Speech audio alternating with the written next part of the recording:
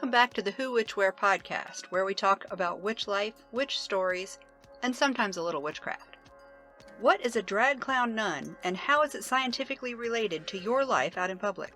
In this episode, learn that and more as Appalachian witch Corey B. talks about ghosts, glitter, and being gay in the witch community. Now let's get to the stories. Welcome, Corey! Hello. It's good to have you on the show. I just clapped. I will probably have to edit that out later. No shame. I have no control over my body or mouth. I mean, who does anymore, really? Corey is a witch in the Appalachian region, and he is the official tweeter of the Witch Bitch Amateur Hour. Would you like to tell everybody what your Twitter handle is? Yeah.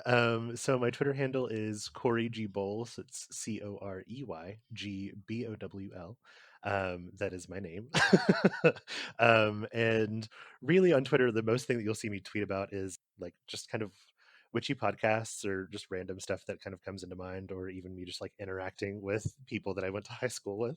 But yeah, that's pretty much the biggest thing. I'm also on Instagram with the same handle. I'm vastly inactive on Instagram, but you will see me dressed up as a drag clown nun or pictures of me doing smoke cleansing, very like hashtag witchy aesthetic stuff, just kind of for fun whenever I remember to actually do so. So there's that. Are we friends on Instagram? I think so. I'm pretty sure I follow you. Let me look. Now I have to look because also, just for like reference for everyone listening, or you yourself, Kim, I have ADHD and today is one of my unmedicated days, so it's going to be a ride. Just so all right, that'll be fun. I am following you, so there's that.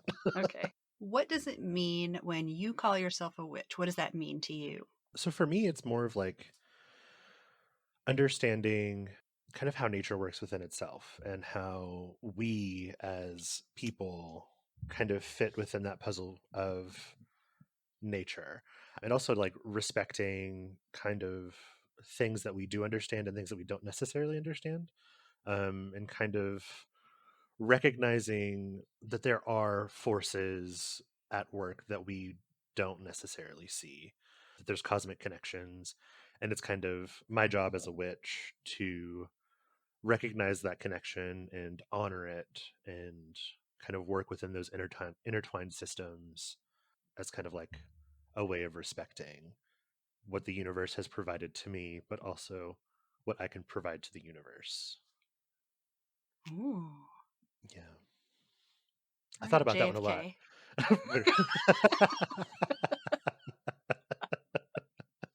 I see you biting off JFK there. I didn't mean to. That was entirely unintentional. Great minds, great minds. Now, when I think of a witch in my head, it's generally a woman. Mm-hmm. And as a masculine presenting person, how do you feel about that? How do you think of yourself? How do people interact with you? Yeah. So that's definitely something that is kind of a big challenge, right? Like, so first and foremost, just kind of like for sake of kind of everyone listening, I am non-binary. My pronouns are he, him, or they, them, which we can also get to here in a little bit because it goes a little bit more broad than that. But there is kind of a disconnect for me kind of in the community where a lot of times, like even in Facebook groups, right, whenever someone addresses the group as a whole, a lot of times it's like, all right, ladies, or like they kind of have implied feminine characteristics for kind of what's in their head. And a lot of that has to do kind of like with like cultural and societal upbringing, but also like it's hard as someone who presents masculinely but is also non-binary, because I don't really feel specifically like a man or a woman. And like if people kind of ask me directly like, what's your gender identity, like are you a man or are you a woman, because it's usually how it goes. Rude. I always tell them that I'm neither and both at the same time, because like to me, whenever I think of myself, like whenever I picture myself in my head, there's not a gender association. It's kind of just like I am a ball of energy, and that's kind of like what I see in my head.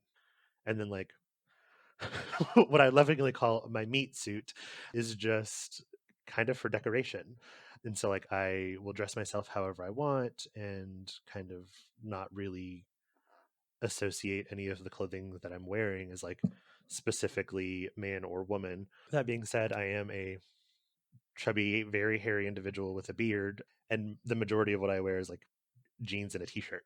So it to that from the outside looking in, it looks very like mask presenting, and I totally accept that. Like I'm down for that because then I also have my drag clown nun persona, which is my sister persona, who's very feminine, and so I kind of honor both of those within myself. But like for my pronouns, like if I'm talking to someone who kind of has a more rigid ideology of what gender and gender stereotypes are supposed to look like, I'll tell them that my pronouns are he, him, or they, them. But if someone is kind of in the queer community or kind of has a more solid foundation for gender ideas and gender concepts, I'll actually tell them that my pronouns are any pronoun with respect. And part of that is like, and I'm sure that I'll do it at some point during this interview, I'll refer to myself as she all the time. Like it's something that I do. It's not really anything that I think about. It's not like a negative connotation for me or anything like that. It's just I will refer to myself as the spectrum of pronouns without even really thinking about it because they all just kind of feel correct for me. But with being a witch and kind of being a queer masculine presenting person, a lot of times I I'll read in books like generally specifically written by women that are like women can do this and only women can do this. If a man does this, then it's not allowed. And it's like, as someone who's reading this, I'm like, wow, thanks for kind of like, thanks for narrowing down my entire experience to the Yeah, fact that I thanks have a for penis. completely discounting me. Right. And like, so I, one of the deities that I follow is Hecate. And I, to this point, have not found a book that is not specifically feminine focused. And there's nothing wrong with that. But whenever you're reading something, it's very clear that they're not, a lot of times, they're not taking into consideration that trans people are going to read this. Like they're not taking into consideration that queer people are going to read this. And so it Or they makes it really are. hard. They do, Yeah. Lisa Lister. And they're purposely not talking to you. They're not including you on Right. purpose. Right. Right. Exactly. I And there's cringe that every time too. somebody brings that book up or suggests it. I Yeah. cringe. Yeah. And it makes it hard because it's like, I mean, queer people kind of live in this limbo area a lot of times where it's like we a lot of times have feminine and masculine traits, and a lot of queer people are trying to honor both of those systems. And I'm not saying all queer people are trying to do that because that's not necessarily the case, but like, I mean, I know a lot of queer men and queer women who feel like kind of masculine energies and feminine energies within themselves. So then whenever they go out to try to do like ritual kind of honoring those kind of opposite assigned energies, a lot of times they're met with kind of not friendly resources. And it's really alienating. I think that that's something that like is what we would need to address kind of like as a witch community, especially like as the witch community grows, right? Like, I Mm-hmm. mean, I know that you and Charlie talked about this, where like in the past, I would even say 5 years, the witch community has just blossomed, which is amazing. But there's still a lot of resources and a lot of tools and stuff like that that we use and that we kind of reference that aren't friendly to all people. It's very exclusive. And there are closed practices, and closed practices should be closed practices. I don't want to like discredit that. But whenever we're talking to a group of people, like we should address the entire group. Mm-hmm. And that's the part that I really struggle with. And then on top of that, it gets really difficult because like as a feminist, I'm like, I'm not trying to kind of impose what could be Keep us perceived. down. Right, exactly. Like I'm not trying to impose what could be perceived as a man's voice in like one of the very few female dominated fields, but at the same time it's We not should being include inclusive. you. Right, exactly. It's not being inclusive. And it's hard because I want to like I'm trying to respect the fact that women and female identifying people don't have a lot of spaces that can just be theirs. But then here I am as a non-binary person who presents masculinely, and I'm like, hey, while I Can I understand get where a you're coming space from, too? right, exactly. Like, I understand where you're coming from, but also, like, it would be really great if, like, you didn't just perceive me as a man. Well, in my opinion, feminism Mhm. isn't about female superiority, it's about Right. equality. Right. And like, and that's one of the like amazing things that I love about the current iteration of feminism. And I've heard quite a few feminists like who are specifically practicing intersectional feminism. They'll like flat out be like, if it ain't intersectional, it's not feminism. And like hold firm on it. And I'm just like, yes. No, on top of being a masculine presenting person and Mhm, being gay, you mhm. also do drag. I do. So, and this is always the fun part whenever I try to explain it to people. So I'm a drag clown nun. I Um, remember when I first got introduced to you in the mhm. group and I thought, what is happening? Yep. Yeah. So and that's how I introduce it to people because like I'll kind of give you a spiel in just a second, but drag clown nun is very like attention grabbing, but it Yep. also really, really explains what it is that I do. So like it works perfectly. So I'm a sister of Perpetual Indulgence. And what that is we are a 501c3, so we're a nonprofit specifically geared towards LGBT individuals. We raise money for other nonprofits, but also we have a lot of education and outreach kind of built into our mission as well. And our mission is we are here to promulgate joy and expiate stigmatic guilt. What that means, kind of because that's a lot of like $5 words very quickly. Yeah, I was thinking that. Dang. Yeah, Dang, yo. right, right. So, but like what that means is, so we go out into society kind of looking as atypical as possible. And what that does is that actually creates space for people who don't necessarily feel comfortable being themselves. And so there's actually psychology behind it. I don't know if the psychology was in mind whenever we were kind of founded. However, like after taking a few psychology classes, there's actually something that happens with people where if someone is kind of being like loud and awkward, it actually gives you permission subconsciously to be yourself because someone is already being the weird person in the room. So you can't be weirder than that. So whatever you do is totally fine. That is magnificent. Yeah. So like I wonder I how many times I've been that person. well, that's my thing, right? Because like I'm forever the weird person in the room anyways, because like I'm loud, I'm obnoxious, I have ADHD, so I'm flitting all over the place. And so really all I did was I just slapped a bunch of grease paint on my face, threw threw a plastic plate with forks on my head, and then just like go out into society as myself. So it's perfect. I love it. But then like so then we talk about kind of like that aspect because there is so the Sisters of Perpetual Indulgence, it's a parody on the Catholic Church, right? So we have sisters, we have popes, we have brothers, like it's a whole thing. There's also actually witchy ceremony associated with the organization too. Hmm. Yeah. So there's actually an organization, well, I guess it's an organization. I just know it's a group of people called the Fairies, which is a thing, like human people who call them like the radical fairies. I'm sorry. They're called the radical fairies. And it's a group of queer people who practice magic. And it's kind of Did you just call them human people first? I did. That was entirely unintentional. That was me rambling for a moment. I apologize about that. Yes, they are in fact human and people. I mean, you might know of an organization of the Fae that I don't know about. Right, very true. um, but yes, they're human mins. I didn't even catch that. Thank you for that. So the Radical Fairies are a group of just like queer witches essentially, and they kind of have some political standing, but mostly their focus is on witchcraft and magics. Part of the founders of the Sisters of Perpetual Indulgence were actually Radical Fairies, and so some of those ceremonies actually carried over. And the biggest ceremony that we do is sacred glitter blessings. Ooh. Yes. Oh, it's wonderful. It sounds So semi-nightmarish, but also really fun to look at from a distance for me. it's slightly nightmarish because there's glitter involved. Yeah, I don't want that, but Yeah. I want to see it happen to someone else.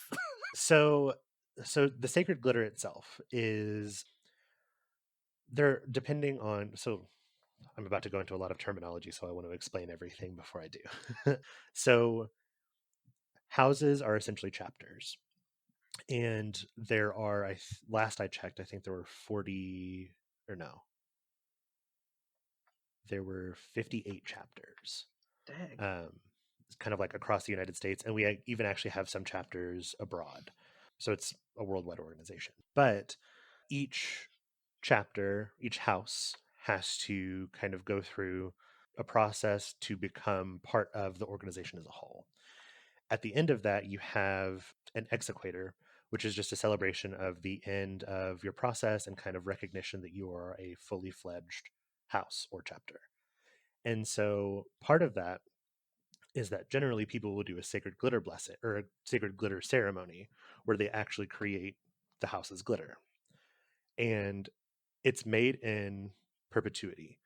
So there's generally someone who is at your exequator who has sacred glitter from previous exequators and previous glitter ceremonies.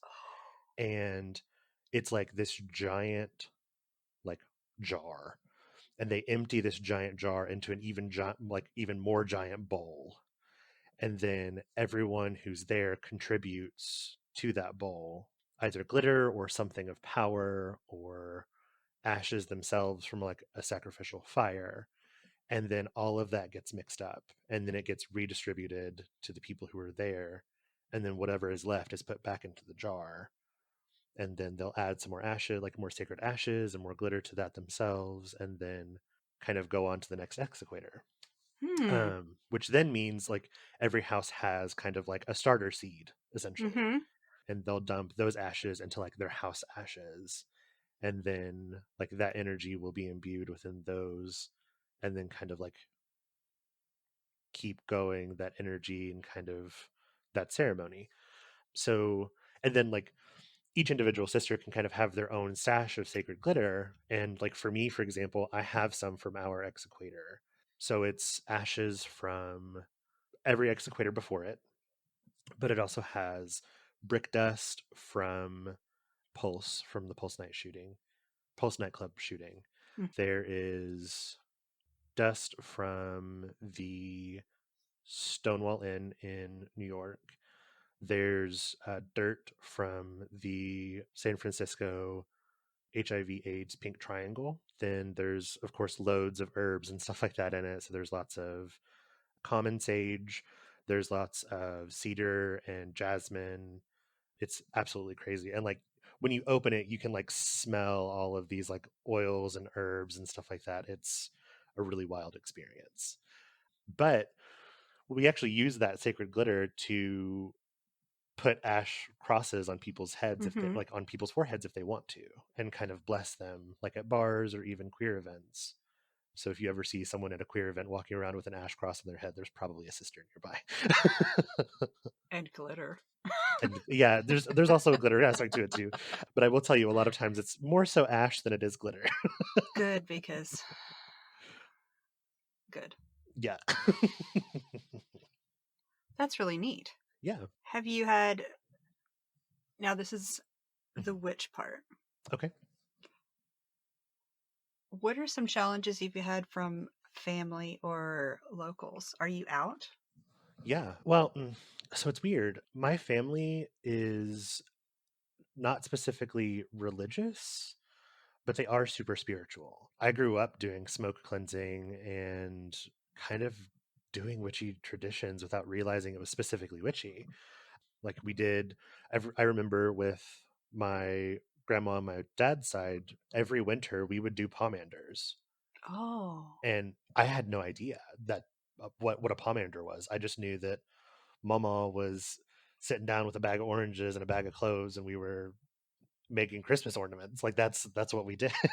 Yeah, me um, too. yeah, and then like Mama had like a Yule log. She didn't call it a Yule log, but it was always like the biggest kind of log for like the wood pile that year. And she would light it on Yule and have it burn all night. And like we like all of the kids would sleep in the living room, which is where the fireplace was, and just kind of like talk and like share stories and read books and stuff. Like it wasn't, we didn't even really think about it. And then like my other grandma on my mom's side used Ouija boards Hmm. and smoke cleansed. Yeah, the Ouija board part isn't my favorite. But like, and specifically it wasn't my favorite because she would use Ouija boards with children around without really Oh. explaining what a Ouija board was or what she was doing. But she would do smoke cleansings and like talk to spirits, and she did like she would go to fortune tellers to have her palm read and have tarot read. And like it wasn't atypical for my family. It's just there was always kind of like a Christian veil put over everything, which adds a very interesting layer to it because I am not Christian in any way, shape, or form now. But whenever you go to a Christian church and talk about doing like smoke cleansings and using Ouija boards, you get a lot of weird looks, especially if you're going to a Southern Baptist church. Yeah, I can imagine. Yeah. So like it's it's not something that I've ever really like said out loud, but I mean I've talked to like, and even my stepmom. My stepmom is even, which, well, I wouldn't say witchy. She's spiritual because she calls herself spiritual, but she sees spirits and she does smoke cleansing too. And like whenever I talk to her about like the spirits that I've seen and kind of the stuff that I've experienced, she doesn't give me that look that people give you whenever you're talking about ghosts and stuff. And so it's never something that I've like blatantly had to say. And usually like the most that I've really encountered is like I have a shirt that says resting witch face, and I wore it to go visit my dad and my stepmom. And my stepmom just like read it and she gave me a wink and she was like, I like your shirt. And I was like, you know what it says. You know.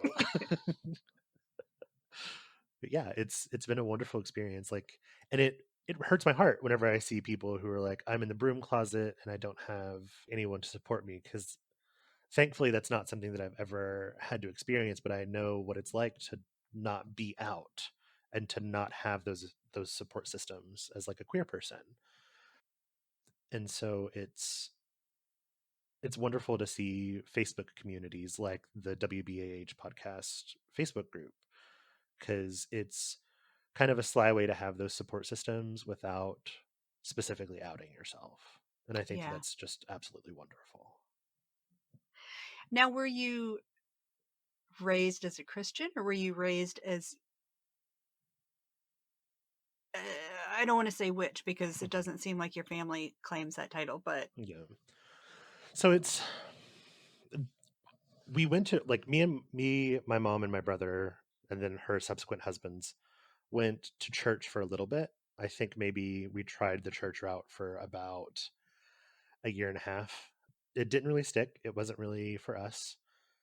And then whenever I was a teenager, I tried really hard to kind of do the whole pray the gay away thing and tried to be like a good Christian so that God could fix me, like that kind of stuff.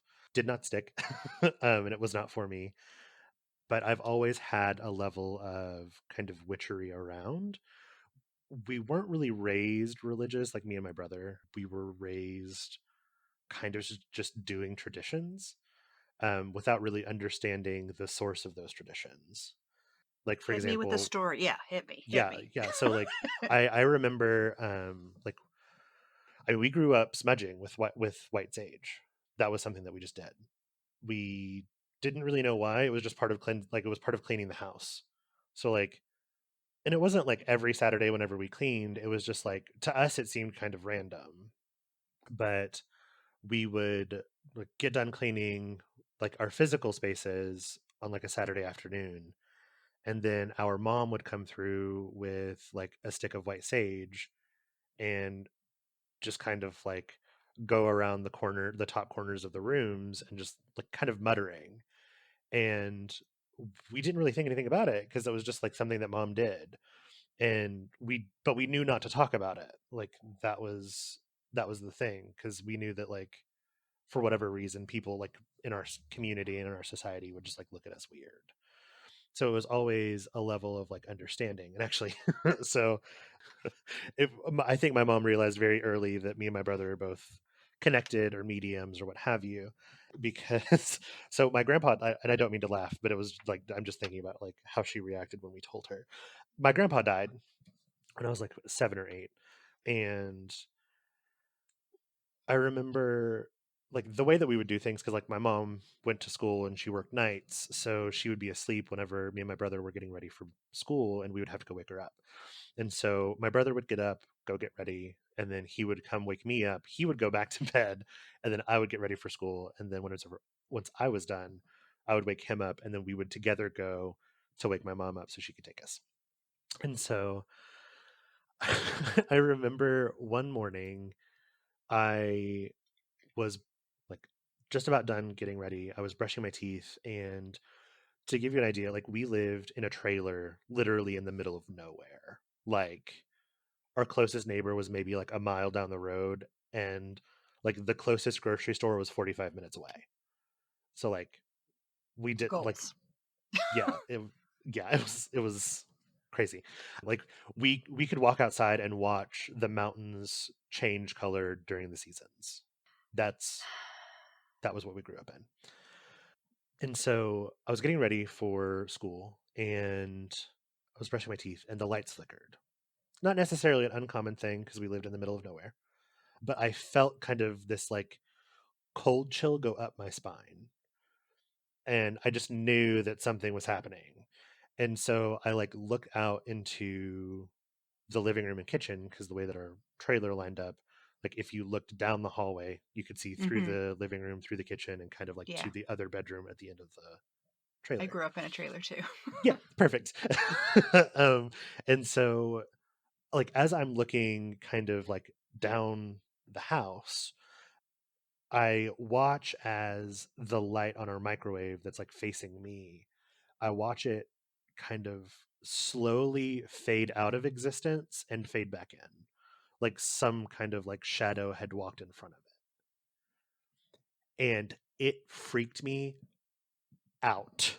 Like it freaked me out. And so I like toothpaste still like in my mouth. I like run into my bedroom with my brother, and I'm like, Shane, there's something in the house. And my brother, who's like still like asleep, he's like, oh, it's probably the dogs just running around outside. Like, just finish getting ready and don't wake me up again. I was like, Shane, no, there's something inside the house. And he was like, Corey, it's the dogs. Shut up. And I was like, but okay, okay, that's fine. And so I just like go over to my dresser, and I'm like pulling clothes out to like put on and stuff. And I feel this like ice cold hand just like rest on my shoulder, like someone was standing behind me. And like I'm getting cold chills thinking about it.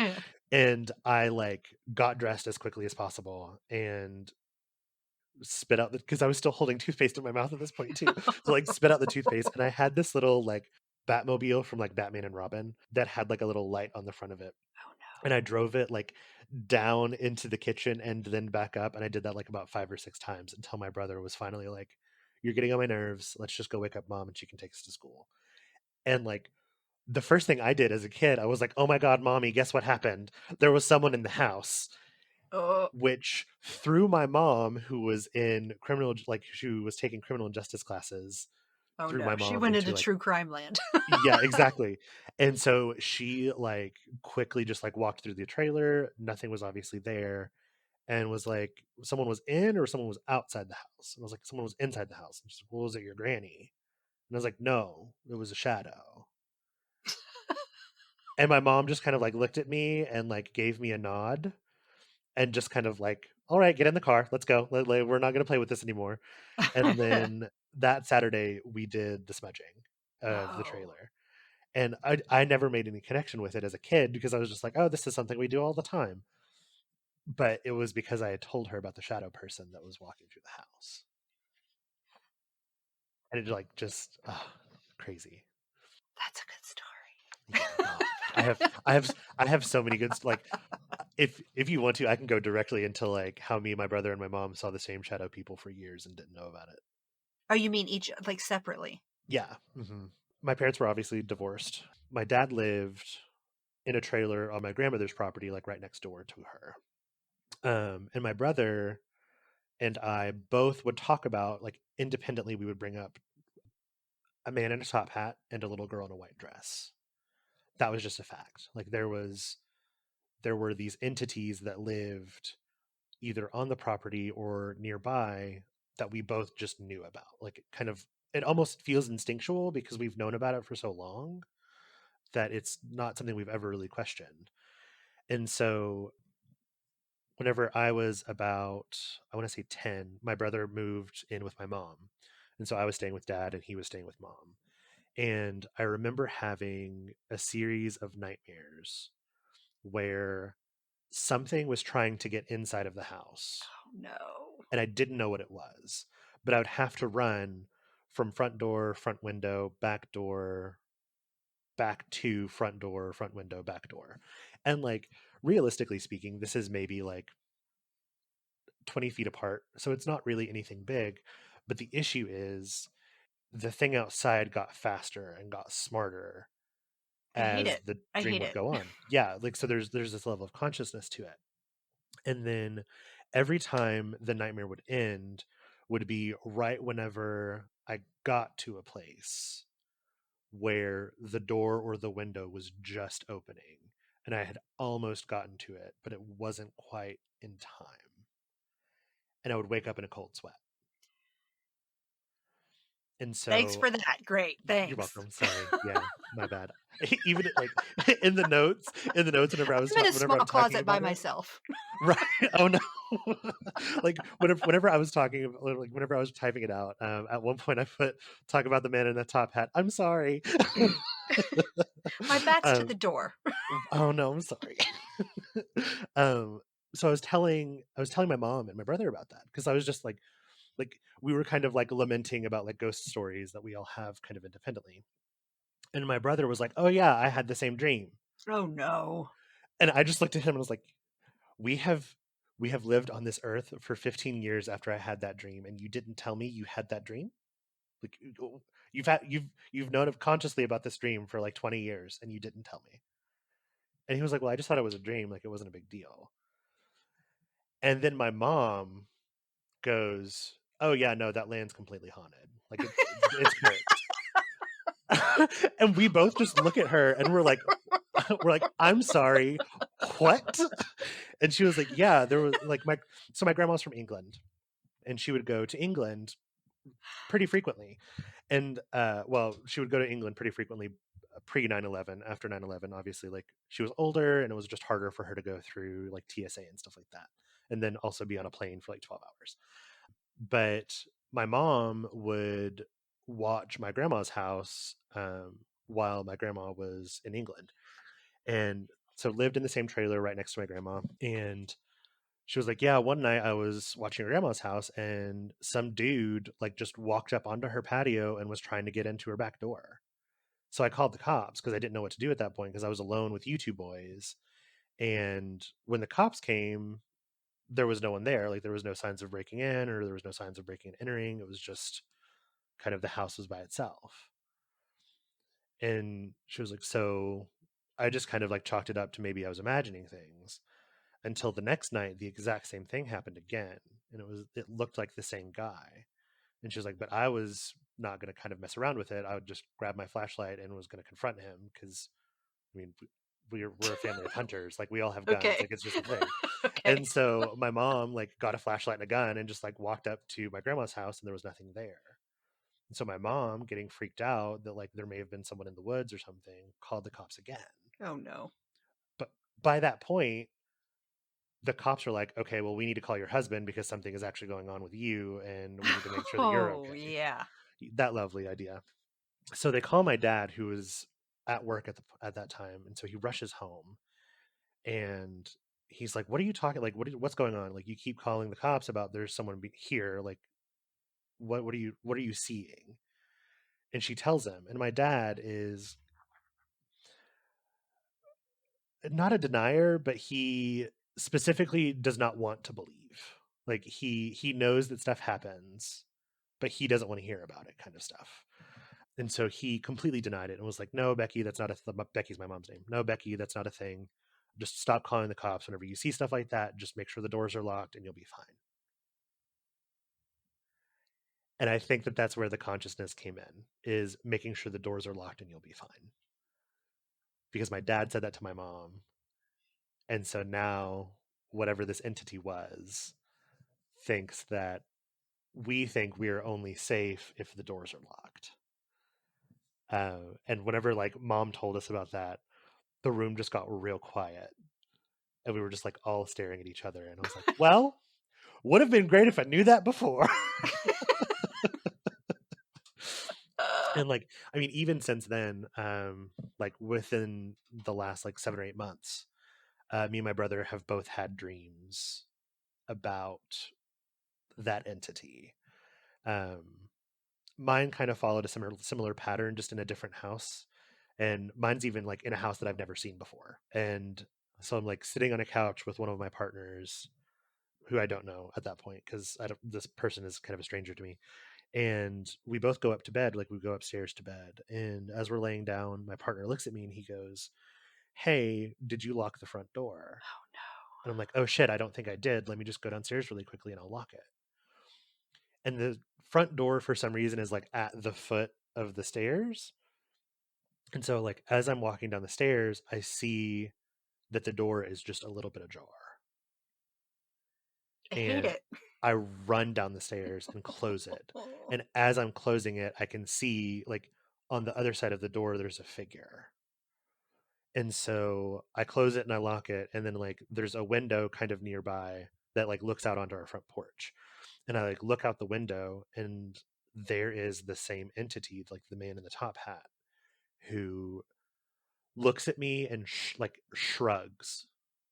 And it like the impression that I got in the dream is, well, you slipped up once, I can get in again. I don't And like like it. My stomach I hurts now. right. And like I'm sweating right now thinking about it.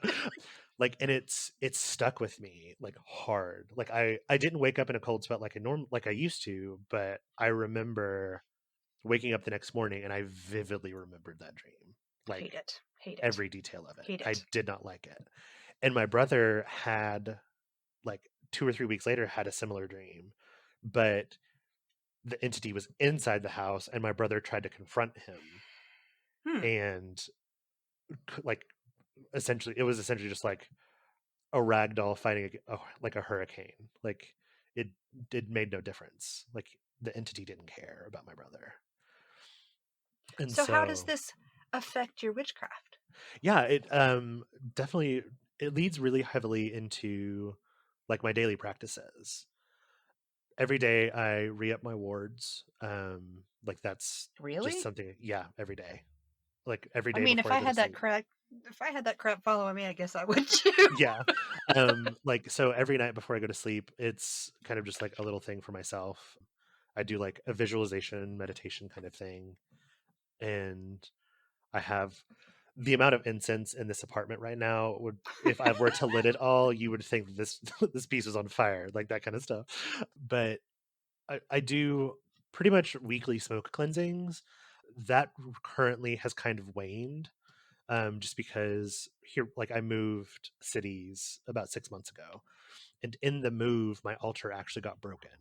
Oh no.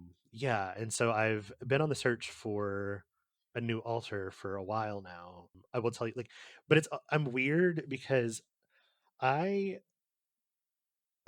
with altars I'm very specific in that I don't want to just like go out and buy a table.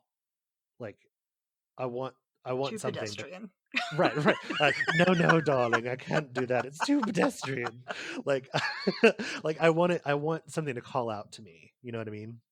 And so, and I'm having more and more difficulty with it, but also it's like kind of making my practice suffer because it's now been 6 months and I haven't been able to find an altar. So I think this is the universe being like, you need to stop being snobby. A table's a table. What I you put on it is disagree what with the matters. universe. I mean, mine is just the shelf on Yeah. one of those $30 Walmart. Yeah. It's the top shelf on the $30 Walmart bookshelf. Yeah. But I understand the importance of getting what you need to be able Yeah. to get into the feeling of it. Right. And I've even, so like my previous altar was, it used to be a computer desk that I used. And it seemed to always collect my witchy stuff. And I could never figure out why. And then one day I was just like, I'm taking my computer off of this and I'm just using it as an altar. Like, clearly that's what this is supposed to be. Mm-hmm. And that alone has been the best experience. And then it broke in the move. That makes me suspicious. Right. And so I still have the frame of it, because it was essentially, it was a presswood kind of situation. So like it was a metal frame with just like presswood inlays. Mm-hmm. And I've kind of considered just like going to Lowe's and being like, hey, can you Paying cut me out a piece of wood? $7,000 for some wood. Right. Yeah. Or even just like glass for now, and then like using just like a glass top for the top part, and then like IKEA. I'll, Go to IKEA. the closest IKEA to me is like 3 hours away. So yeah, like I haven't been able to kind of practice with an altar for the past 6 months. I was actually like using this weekend to try to find an altar, and I was unfortunately unsuccessful. So yeah, but we'll find it. We'll figure something out. What would so was the saging, was that your first experience with witchcraft? Or Yeah. just being in the like the Yule log room? So I would have. Ooh, actually, that's kind of a hard one. I would have to say probably the saging would be the first experience, but the one that the one that sticks out the most to me is kind of making pomanders with my grandma and the Yule log stuff. Just because we did those, like it was a special treat almost. Like it felt, Ceremonial. yeah, like it felt more ritualistic. Because so it was like the beginning of December, we would make pomanders, and then of course they would dry out over like the month. And then part of the Yule log is we would like throw the pomanders into the fire with the Yule I was log. hoping you would say that. That sounds Oh, amazing. it's so good. It's like, and I've like, there's no way to recreate that smell, because it's specifically like dried orange, but the orange is dried with clove, and Oh, like, that sounds great. oh, it's delicious. Like it's so good. What is your first witchcraft experience when you officially decided, I'm a witch and this is what I'm going to do? Oh, so that's kind of happened a couple of times in my life, where I've been like, I'm a witch, this is what I'm going to do. The most recent iteration, and I think the most impactful one, was I started really kind of making things for myself. And I started making candles for myself, just like specifically for practice. And they're soy candles, so they'll melt kind of quickly. And I'll send you a picture of it. Okay. I was listening to Witch Bitch Amateur Hour while I was doing this, and it was like specifically a full moon candle is what I was making. And so I like made it, I sat it out in the moonlight overnight to cure, and then I burned it over like the course of 3 or 4 weeks. Like I burned it every night. And the last night of it burning, I was kind of like re-listening to the most recent episode of Witch Bitch Amateur Hour, and it was going over Hecate. And so I was listening to it, and I was just kind of like off in my own head, and I look over at the wall behind this candle that I'm burning. And I realized that the shadow looks really weird. And like the drippings itself had kind of like fallen in a weird pattern and kind of built up in different places and I'd never seen it before. And so I was just kind of curious, and I like brought out my phone and a flashlight, and I like shined my flashlight on one side of the candle and let the shadow kind of clearly hit the wall. And it looks like a woman standing over a cauldron with a dog on the other side. Well, Yeah. well. Yeah. And then And that's I when you was, decided. yeah, that's when I was like, I'm following Hecate. And then I thought about it, and like, there's been this weird coincidence my entire life that I've always lived at a 3 crossroads. Like always. Like minus maybe once or twice whenever I lived like out in the boonies. But I've always lived within like spitting distance of a 3 crossroads. And I was like, you know what? We're just gonna lay into it. We're into it. Let's go. Let's do it. I'm down for it. But yeah, that was my first big, like, that was the first point in which I was like, I'm gonna do this thing whenever I started making candles. And then right after that happened, I got my Hecate dripping. And essentially from then on, I've always practiced. I've had lulls, of course, and stuff like that. But I haven't stopped since that point. And I think that's been kind of like the most rewarding thing. Because I think, like, especially as someone who has ADHD, like, I'm really bad about kind of like hobby collecting, I guess. Like, that's what I call it. Yeah. And so I'll like get into a thing really, really hard, and then I'll fall out of it really quickly, and then I won't ever pick it back up. And I did that for a long time in my childhood and kind of like in my early adulthood with witchcraft. But now I'm like intentionally and purposefully kind of doing the thing. And it's made a huge difference in my life, which has been amazing. What is your biggest struggle when it comes to witchcraft?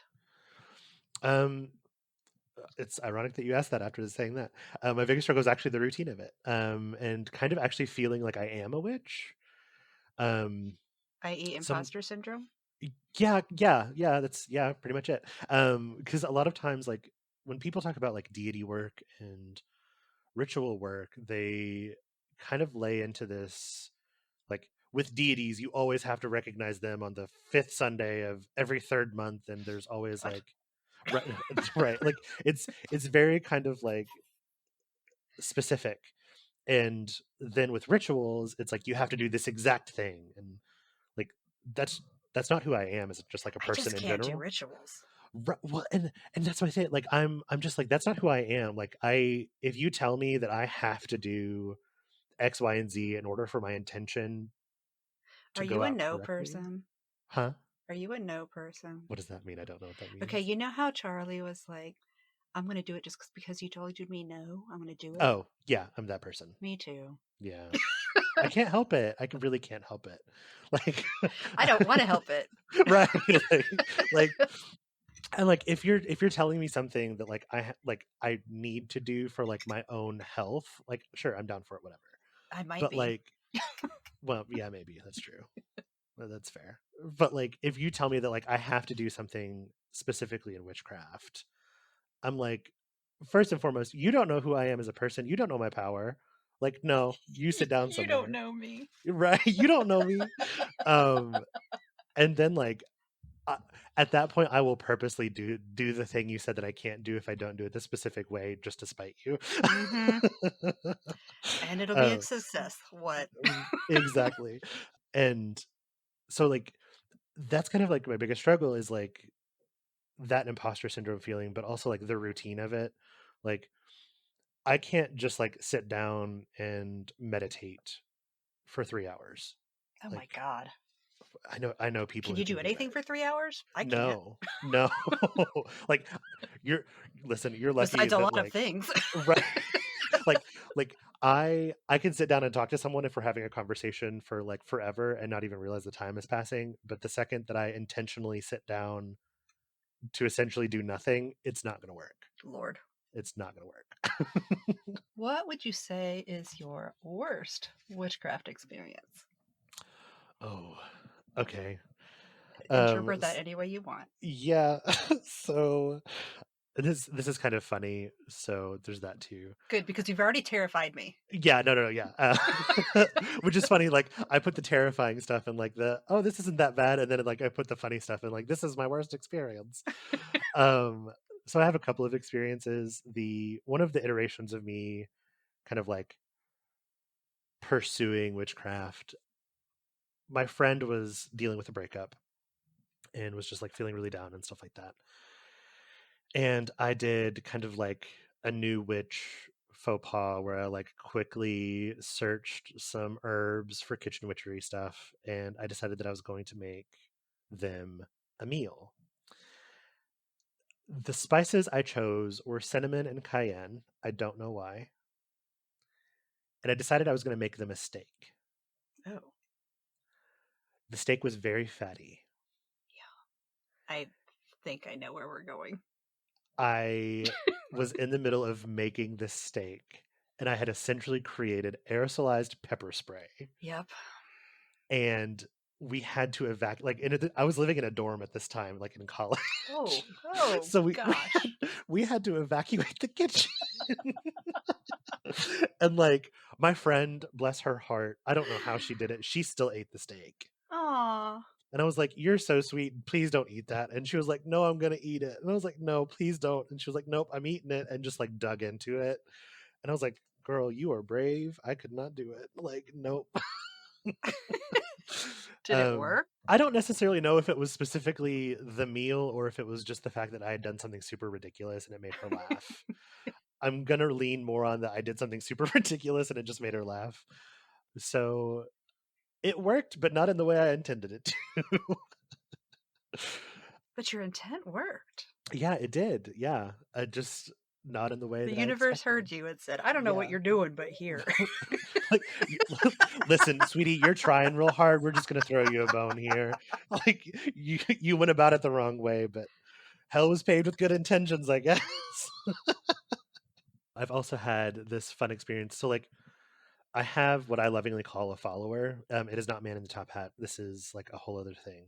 But they're a shadow person and it's kind of like always hung around my entire life.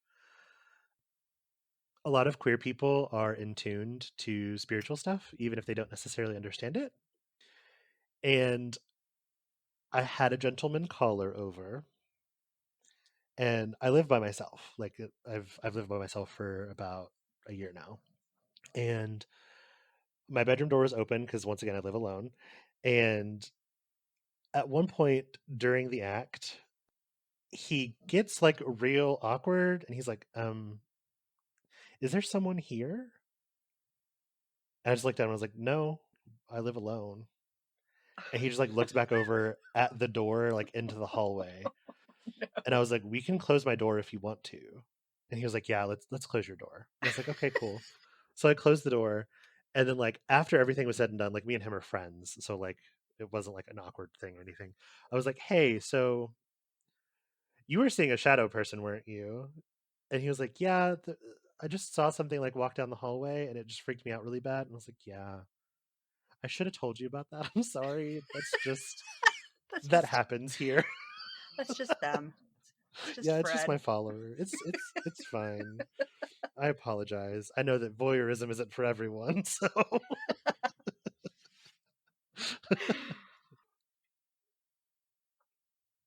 What is something you wish was more discussed in the witchcraft community?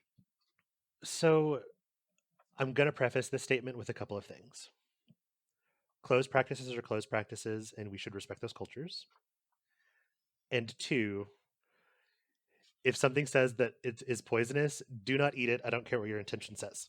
However, those two warnings aside, I think that one of the big things that we should really discuss more is while research is important, our own intuition is also pretty accurate a lot of the times.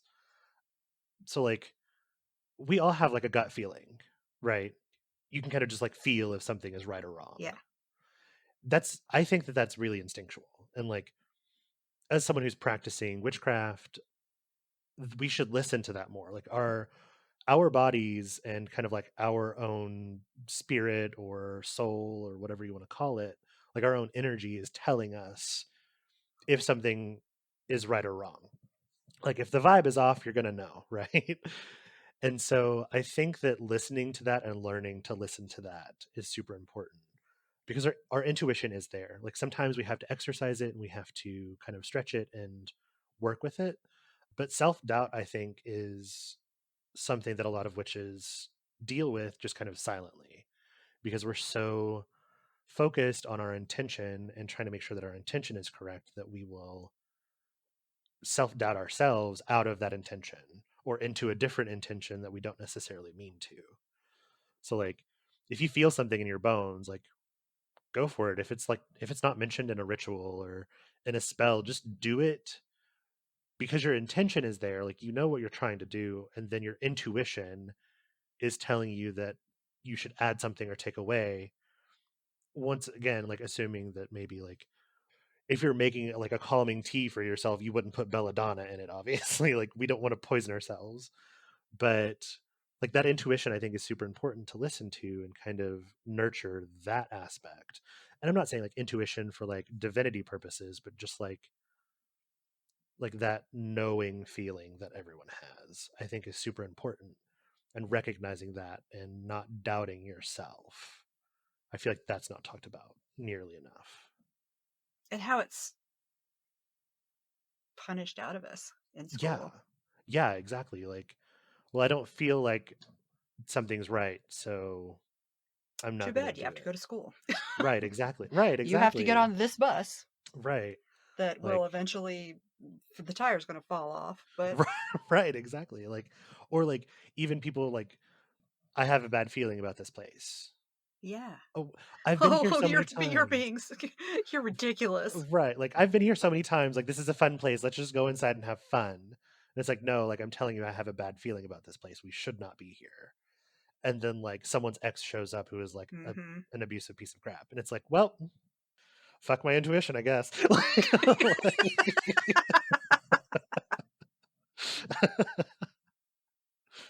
Who would you consider the 3 most influential people in your practice? Can I cheat a little bit on this one? You may. Okay. I'll allow it. Because I think you already know where I'm going to go with this. I did glance at. Yeah. Yes. And also like what I wrote down isn't even necessarily accurate because I thought of more people. So so I would say the WBAH podcast. So Charlie and Macy. I'm going to count that as one person, Me as too, one because I was entity. thinking about this question for myself, and Yep. there's just one. Right. And then the WBAH podcast Facebook group. So both of those kind of together. I'm not counting as one. I'm counting those as 2 separate things because they are very much 2 separate things.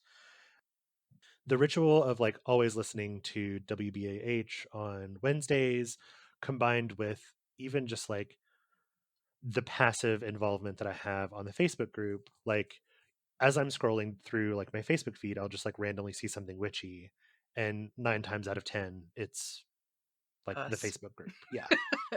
And I'm like that kind of always keeps witchcraft kind of in the forefront of my mind, which really does help, and it does change a lot of things about how I practice. And the third person is actually going to be my friend Jasper.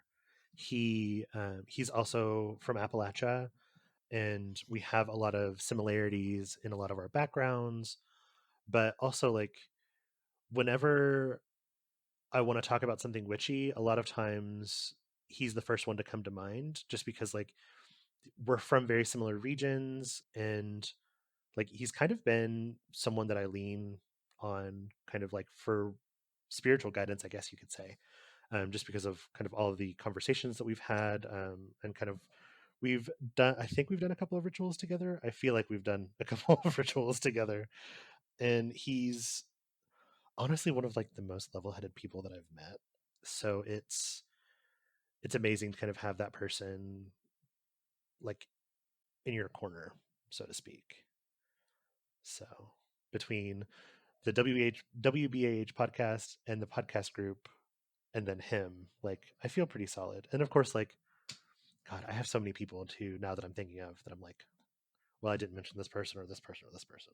So I'm like, Top 5, go. top 5. Oh yes, you're awesome.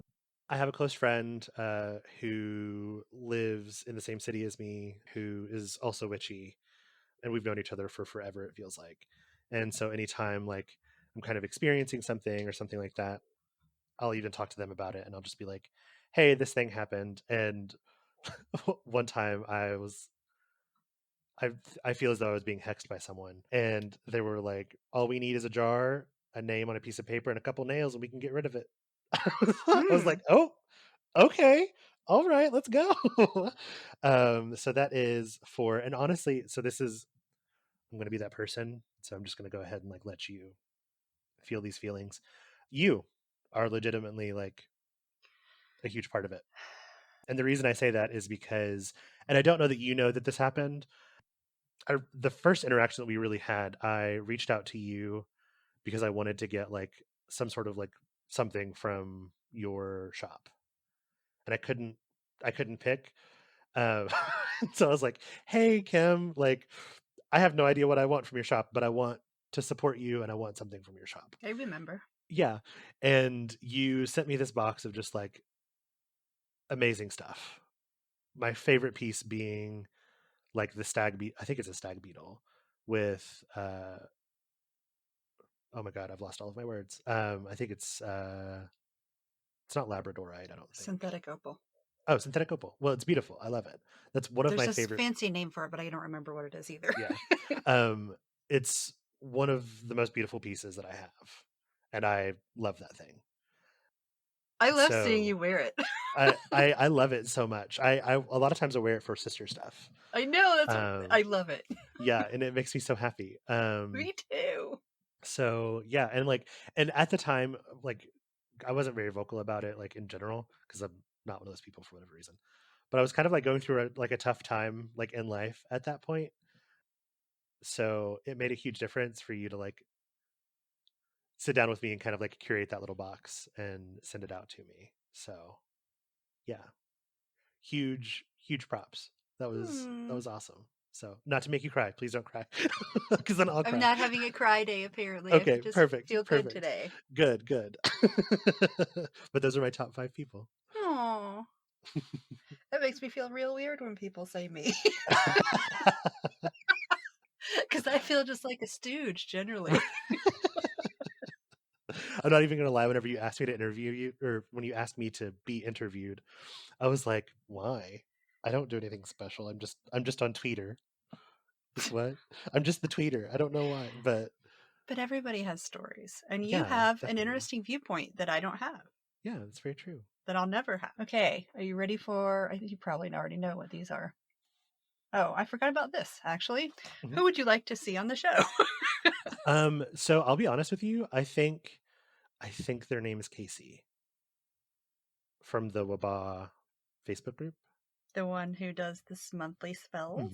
Yeah, I would love to hear them and like hear about their practice. I think that would be wonderful. She's been Not to on my like, list. I huh? She's been on my list. Ah, perfect. I would like you to give me a recommendation for anything at all. Anything at all. Oh. I am looking around my room to find recommendations for things. Ooh, music recommendation. Ooh, okay. There's a group called Mystery Skulls. They're kind of like an EDM kind of dance music. Well, EDM pop, I guess you could say. They're like one of my favorite groups. Okay. Yeah. And finally, tell me your favorite story to tell people. Ooh, my favorite story to tell people. Let's see. You've gotten a lot of them, honestly. It Let's doesn't have see. to be witchy, just anything in your life. Ooh, okay. So this is a cool one. It is witchy. But so and this is like in one of the lulls from witchcraft that I had whenever I was younger. So I was working at McDonald's as like a snot-nosed teenager, and I was working with someone who kind of like perpetually just had back issues. She always had back pain, and this one night it was just really bad. Like she was in tears, crying because her back hurt so bad, and I wanted just like in my soul to give her some sort of reprieve from her back pain. Like I felt the need to give her some sort of like relief. And so I was like, "Hey Cece, come over here and hug me real quick." And she's like, "Okay, whatever." And so like I hugged her, and I remember putting my hands like one kind of like right where your rib cage ends, like at your spine, and then one kind of up towards her shoulder blades. And I just remember hugging her and like in my mind imagining energy flowing down my arms and into my hands and like onto her back. And we stood there for god, I don't know, like a minute or two. It was a lot longer than most hugs usually are. And when the hug broke, she was like, "Holy shit, what the fuck did you do?" And I was like, "What do you mean?" And she was like, "My back does not hurt anywhere as bad as it did." before the hug. So what did you do? And at the time, like I wasn't practicing witchcraft or anything like that. It was just like an intention thing. And I was like, I mean, I didn't do anything. I just gave you a hug. And I was just thinking about like wanting your back to stop hurting. And she's like, dude, I think you actually did something to me. And I was like, okay, whatever. Ha ha ha. And I like walked away because I was like, I don't know what to do. Like, this is now weird. Okay. And like the next day, because like we pretty much just like always worked the same shift. The next day, like she came in and she like hugged me, like a huge hug. And she was like, I don't know what sort of power you have. I don't know what the fuck you did to my back, but I woke up this morning feeling amazing. Aww. So thank you for that. And like for a week she talked about it. Like she, like whenever she would see me, like, and like she was coming in and I'd like maybe gotten there before her, she'd be like, there's my magic man, and like would hug me and would like she talked about it for like a week to our coworkers. Huh. And that's like my favorite thing to think about is like anytime I'm having like a low moment in witchcraft, or like a low moment even in healing, for specifically with witchcraft, I think about that. And I'm like, you know what? Like I intentionally did it, yes, but I didn't have to do anything special. So that's okay. I'm good. Like I've got this. Yeah. So, yeah. What a good validating thing. Right? And it's like it's such a weird experience. No, I definitely want you to hug me in frickin' Anaha's Yes. Revenge. Yeah, I'm totally down. I'm gonna be there. I will find a way to make it happen. Like just call in sick every day for like 3 days. Like I can't come in. Oh, that's the music behind. It's just the TV, the screaming. Everything's fine. No. Oh, you hear people chanting in the background? That's my I'm playing music. Answering machine. Right. Have you heard of Wardruna? It's just Wardruna. I'm playing it. I'm burning some incense. I'm trying to like get this stuff Clear out of my me. throat. Right. My lungs. And then of course like my boss would be like, is that a weed thing? That sounds like a weed thing. I'd be like, no, it's not a weed thing. I can't smoke.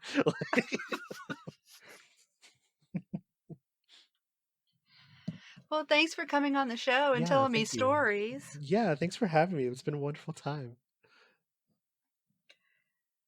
I guess I will see you on the internet. Yeah, I will see you there. And I will see you at Anahana's Purpose. We're speaking it I into hope existence. so. Nope. I nope, mean, I'm yes. gonna be there. Yeah, Good. we'll That's be there. exciting. Yeah. We'll be the Rainbow Lodge. Yes. Okay, well, bye. Bye.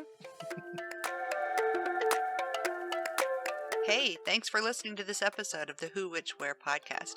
You can find me all around the internet on Instagram at Who Which Where Pod, Twitter at WherePod, Facebook at facebook.com/Who Which Where podcast, and at your favorite podcast service. Want to help the podcast grow? Leave a review on Apple Podcasts. You just might hear your review read at the end of the next episode. If you'd like to recommend someone for the podcast, like to be on it yourself, or if you'd like to advertise on the podcast, send an email to whowhich.wherepod@gmail.com. Thanks for listening, and I'll see you in the moon changes.